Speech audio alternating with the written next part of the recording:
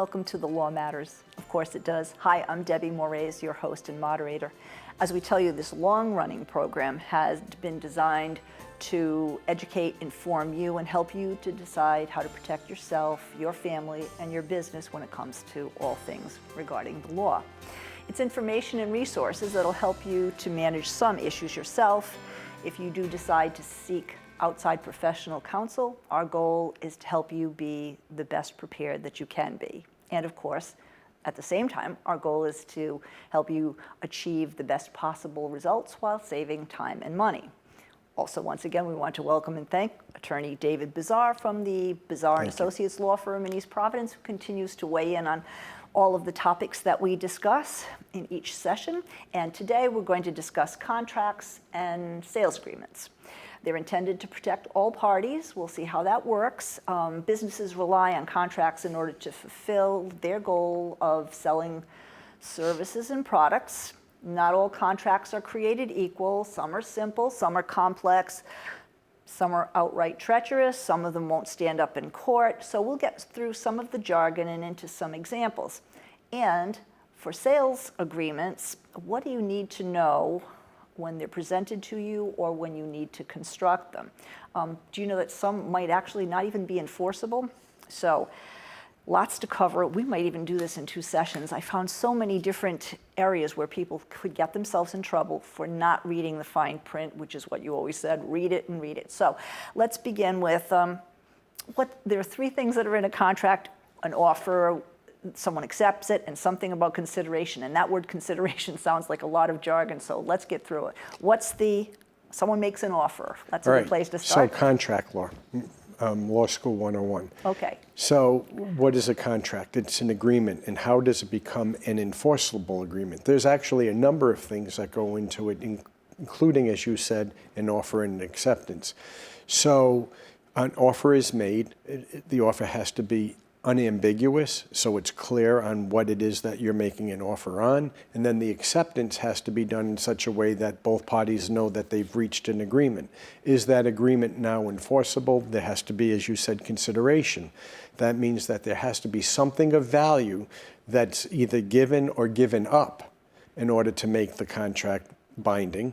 And then there are a few other things that would go into it, which would be covered under, perhaps it needs to be in writing if it's something that would be covered under the statute of frauds. Perhaps it has to be about something that is legal to make a contract about in the first place. So those are some of the elements that might go into creating a contract. And I think this is why we might end up having 2 sessions with it. But when it comes to what they call consideration, I guess it was under New Hampshire, it does not have to be fair and equitable to be an enforceable contract. I didn't go beyond that. But what does the consideration mean? It's not always money, right? I mean, lots of times it is, because that's what we're dealing with. But how does that play out that it could ever anyone could get away with something not being reasonable and fair? So people can contract for anything that they want to, as long as it's legal. And therefore enforceable. And it doesn't necessarily mean that it's a fair deal, but it's a deal that everybody agreed to. So consideration can be, and it's often sort of recited in some contracts as for either like $1 and other fair and equitable or valuable consideration. But it reminds me of a case in law school where an uncle said to his nephew, I will pay you $10,000 if you don't drink or smoke for 6 months. So the nephew was over 18, or maybe at that time over 21, so it was legal for the nephew to drink. Yes. And obviously legal for him to smoke. And so the nephew said, okay, I will give up doing something that I'm legally allowed to do in exchange for your promise at the end of 6 months to give me the $10,000. And so was that consideration, the giving up of something that you're legally entitled to do, that would constitute valuable consideration to create a valid contract? And the answer was yes, as long as He had the legal right to do it. So to give up something that you're legally entitled to do is considered consideration, and therefore the uncle had to pay him the $10,000. And I guess it gets in the weeds a little bit, but maybe not really. Suppose said uncle changes his mind. Can you not force him to come up with the cash because of some reason? Was not necessarily one-sided, there was a two-sided situation. What happens if dear old uncle changes his mind? Well, a couple of things. I used the term of 6 months. Perhaps it was a year. Okay. Or more than a year. And now we're looking at the statute of frauds, perhaps, because is it something that can't be completed within a year? Which may be one of the things that falls under the statute of frauds, which would require a written contract. So was that agreement in writing? And assuming that the agreement was in writing and that there was the consideration of giving up the drinking and smoking for a year, and that in exchange for that, the payment of $10,000 would be made after the end of the 1 year. If all of those things are in place, then yes, that contract would be enforceable. And if the uncle breached by not paying the $10,000, then the nephew could sue for the enforcement of the contract. It was a promise. If it was, maybe it was a promise, just not a contract. What's the diff? What's the difference? If there's no consideration, for example, Okay. if the uncle said, you know what, I'm going to give you $10,000, not asking for anything in exchange, there's no agreement that you have to do anything. So if the uncle changed his mind, that might not be in an enforceable agreement because there was no consideration. You could say, well, I accepted your offer. You offered me, great, give me the money, but what did you give up in exchange? So that might not be an enforceable contract. Or, for example, if the contract was to do something that was illegal, therefore that's not a contract that a court would enforce. A gambling contract back in the day. In fact, if I recall correctly, and I might not be correct about this, but I think it is, the very first reported case of the Rhode Island Supreme Court was whether or not a contract was enforceable where the parties were betting on the result of a political contest, an election. And I think, if I remember correctly, that the court said, no, that's not an enforceable contract because you cannot bet on the outcome of an election. Gambling is illegal, and therefore we won't enforce the contract. Interesting. Let's go back to that uncle for a moment. Suppose the nephew said to himself, I think I can do this. And he puts a down payment on the house that he wants because he's going to get the 10 grand at the end of the 6 months or the year. It's not in writing, as you said, but when there is this young man who has the reliance on the promise, does that get into the weeds where, you know, it makes it more enforceable, even if it hadn't been in writing, David? Yeah, that now might become something called detrimental reliance. And so the uncle made a promise. The nephew, to his detriment, did something in reliance on that promise. And now perhaps you can have an enforceable agreement based on the fact that if the nephew reasonably relied on the promise of the uncle and then did something to his detriment, agreed to sign a contract to buy something that he wouldn't otherwise be able to afford except for the promise of the uncle, then maybe there's a case to be made for detrimental reliance. That's good. Already I'm hearing more and more reasons why you should get these things in writing because it's a very interesting situation. Okay, so how about you have a police officer who says, I should be able to capture the reward for some wanted suspect. He can't, and there's a reason for it. Because? Because that's his job. So if there's a offer made on a poster, it used to be in the old days on a telephone pole, $10,000 reward for the return of my cat. Okay. Now the police officer finds the cat and returns it. Can he now be paid the $10,000 reward for returning a cat? Perhaps, because it may not be that police officer's job to find stray cats and return them to the owner.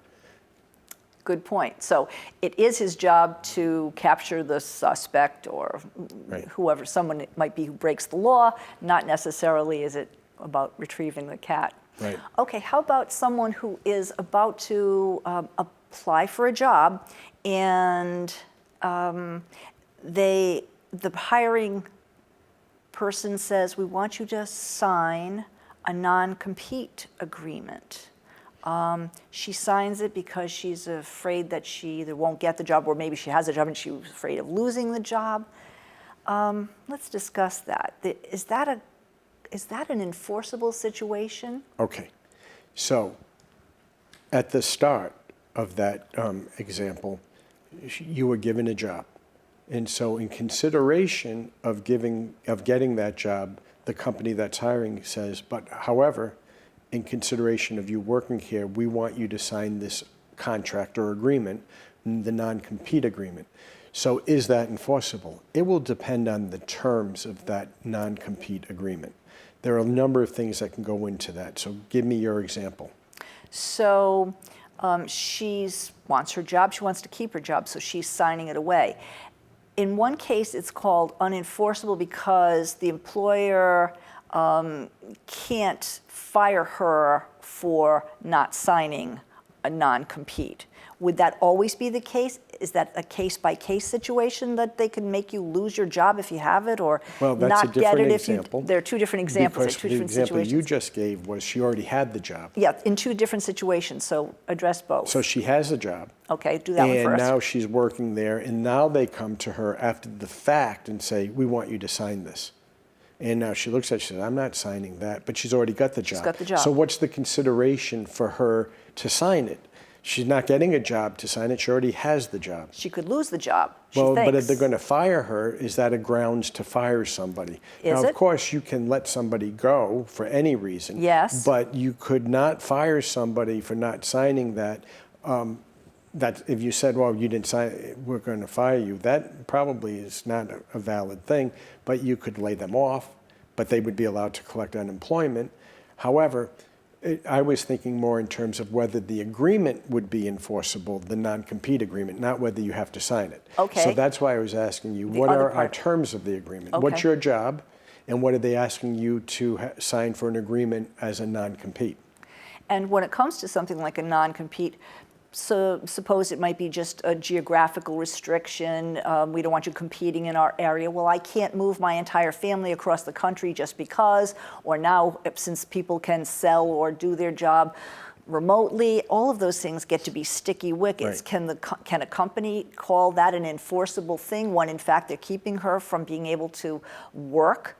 Okay, so I was waiting for you to give me some of those examples, so here's the answer. I mean, there are so many. So it depends on what your job is. Yes. And what the company does for business as to what they can geographically limit you to, what they can limit you to in terms of the type of job you can do. So if I'm working for a regional company that just sells fruit and produce, and I only sell fruit and produce in New England, and I sell it only to schools and universities, okay? Can I say to my salesman, that's who I'm asking to sign this non-compete clause, that for how long a period of time? That's one of the things. Is it 6 months? Is it a year? Is it 10 years? Is it for life?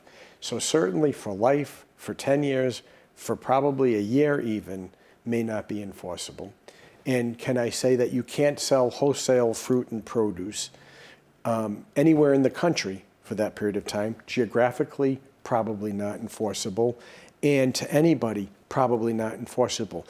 All the company is able to really ask for a non-compete is that you don't compete in the same area as them, with the same clients or business as them, or whatever business they may reasonably expect to be in during that period of time, and for a reasonable period. So depending on the type of business and what it is, that would define what a reasonable period of time might be. Okay, and if the person hasn't been hired yet, but she is seeking employment and she's being set up right away, can they outright say, if you don't sign this non-compete, well, we have many others who are looking for the job. Is that legal? Is that fine for them to do? Does she have to sign that? Again, maybe, but as long as it's a reasonable agreement. And if you sign an agreement that's not reasonable, then it might not be enforceable anyway. Would it be more reasonable if they said, if you sign, well, you're interested in working here, we're interested in considering you, will you sign this non-compete if we hire you, and in exchange, we will give you some additional compensation or some other consideration or whatever? How would that play out, David? Yeah, so probably that's more likely enforceable if there's additional compensation, and the penalty for violating the contract might be the return of that money or compensation that was given you if you violate the agreement. However, what they're really looking for is an agreement that says that there are liquidated damages that are in excess of whatever it is, or that they're entitled to equitable relief, meaning that they can file for an injunction to stop you from working for a competitor and giving up any of their, or contacting any of their customers and that type of thing. The restraint from contacting customers, using customer lists, those are usually more enforceable than a broad no compete with anybody in the world or in our area for too long a period of time and that type of thing. So we say you'll be better equipped to handle some issues yourself. Does signing a contract for employment that has those kinds of terms, clear or not clear, are those things that most people can or should tackle themselves, or should they really, in this kind of case, have a lawyer's You really want to have a review of it? lawyer review it so they can tell you whether or not it's enforceable, what other things might or might not be in there that you would want, and perhaps even to negotiate on your behalf better terms than are already in there. Okay, and you mentioned earlier when I was referring to it might not be fair and reasonable, but you referred to being clear. Someone signs this agreement or contract, well, that wasn't clear. Who decides what's clear? I thought it was clear when I signed it, but apparently, as I now understand this and you're telling me I either can or can't do this, it wasn't very clear. Is that the place where there is a suit? Is that the place that you go to a lawyer because I thought it was clear, but obviously it's not? How do you know what clear is? Can people do that? Oftentimes there's litigation over whether or not the parties were on the same page, so to speak, as to what they were agreeing to. So is the language in the contract clear and unambiguous and so forth and so on. But more importantly, what happens is, for example, in your employment contract, usually the language needs to be spelled out precisely as to where you're allowed to work or not work, where's there a restraint. And when you have a contract of employment where there's going to be a restraint on you being able to do something that you would otherwise be allowed to do, those terms need to be pretty clear and concise, and they usually are, so that you know what it is that you're allowed to do or not do and for what period of time. And even if it's clear, that's where there can be some litigation because of overreaching. If the employer says, you know, you can't do this for 2 years, is 2 years a reasonable amount of time to restrain someone from being able to pursue their regular course of business or employment in the area that they're trained for and that they know? So those are the types of things that can create a lawsuit. And when it comes to other things that makes something unenforceable, I know we've talked about whether or not someone had the capacity or had the ability really to sign a contract. Yep. Certainly if they were underage, they didn't, but there are other reasons for which someone might be considered not. Some of the issues that we talked about at the beginning as to what elements would go into making a legal contract, capacity is definitely one of the issues that could be raised as to whether or not a contract is legally binding. If someone's under a guardianship, for instance, they don't have the capacity to enter into a contract. As you said, if someone's under the age of 18, usually in most states, they don't have the capacity to enter into a contract. Or under duress, someone is standing over your shoulder, you should sign that right now, right here, right now. That would be sort of an obvious one. Right. If you did sign, you might have some recourse. And I guess, is it true that you still have 3 days to reconsider after you sign a contract? Certain contracts. Certain contracts. Yeah, contracts for the sale of things, a car, or that type of thing, yes.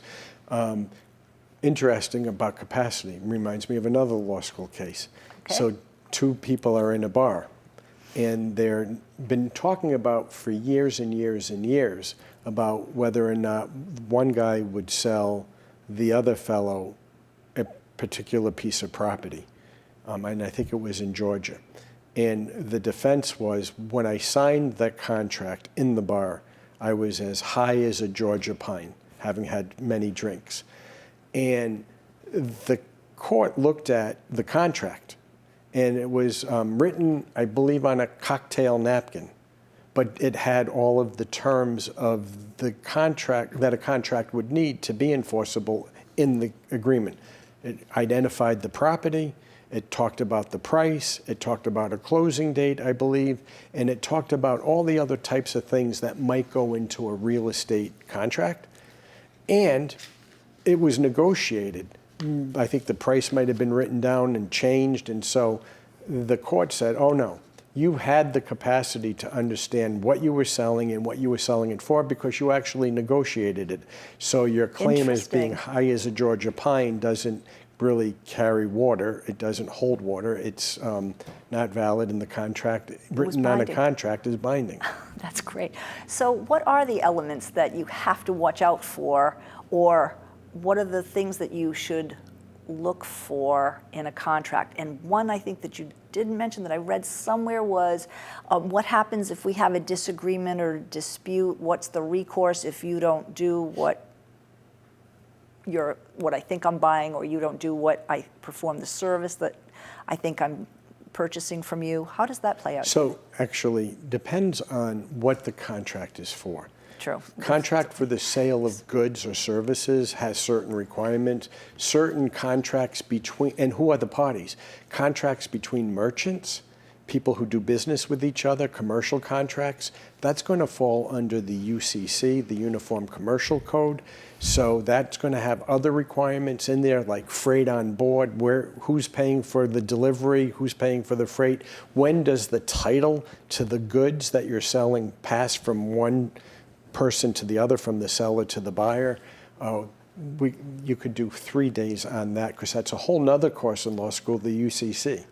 And what's considered a breach? Well, in the contract, you said you were going to deliver this service or these goods by these days, and I didn't come in that day or that week. It came in a month later. So manufacturers, especially since COVID, have had contracts in place, and now they're hearing that their suppliers can't get the materials that they need for 3, 6, 7, 8, 9 months, which means everything that they have as a contract is also now in arrears. Who's a breach? So if they get to have it done in a year, 9 months, and then it takes 3 for them to do whatever they do, they've gotten what they needed, just not in the time period. Does that mean that there is a breach of contract, materials breach? Is there what do you do with that? I can just envision so many lawsuits coming up because of it, because so many are having problems with these supplier issues. Right. So again, we have to look at who are the parties to the contract, and if it's two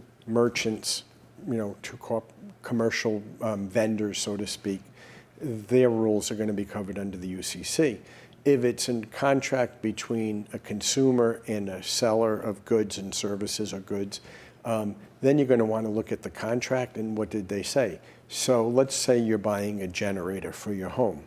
Under today's world, as you said, to buy it in January and get it in November, that may not be unreasonable. In fact, it ought to be put into the contract as to what the expected delivery date is, and there probably should be language in there as to it may be beyond that expected delivery date because of the supply chain, so to speak. So if you're a good lawyer, David, am I thinking now when people are starting to devise contracts that they need to have a lawyer look at and write in these provisions and these other caveats over which they have no control? Yeah, so I think that depending on what the situation is, that those people who are selling goods and services that they know are going to be dependent on something in a supply chain that's not as dependable as you would like it to be right now, that they're actually writing that in. And they're saying that this is beyond our control, and so if you want to buy this, this is our expected delivery date, and whether you can get out of it or not, depends on your agreement as to what you're willing to accept as the consumer. I'll give you till November, but beyond that, I need to be able to get out. As the consumer, you're going to want to write that in, that any delivery beyond that date's not acceptable, for example. In hearing and reading that in some cases people don't need contracts, everything that we've talked about thus far says would have been a far better idea if there were something in writing. So suppose you're a consumer, you're having a house built, you're working with your building contractor.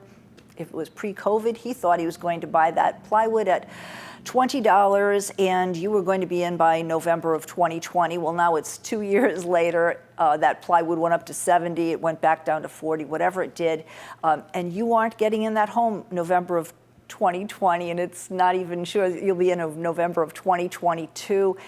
I assume all of those things need to be in writing. Does that mean that that consumer is now in a place where they could really sue that contractor? And what would be the recourse, considering there's so much that he can't do? So we'd have to look at what are the terms of the contract, what's written in there as to who's bearing what risk. Because oftentimes contracts will say there are risks, and there are definitely, this is what I was talking about with commercial transactions, there's always in there who's going to bear the risk. So there was a commercial contract I remember reading a case on where they were supplying, let's just say, milk to a school district. And the cost of milk just went up astronomically, but they had contracted to supply it at a certain price. And the court said that the risk of the price going up falls on the person supplying it in that case, because they agreed to supply it at that price. And they know the risk that's in the marketplace, and it was not impossible to perform the contract. It was just unprofitable, but they still had to do it.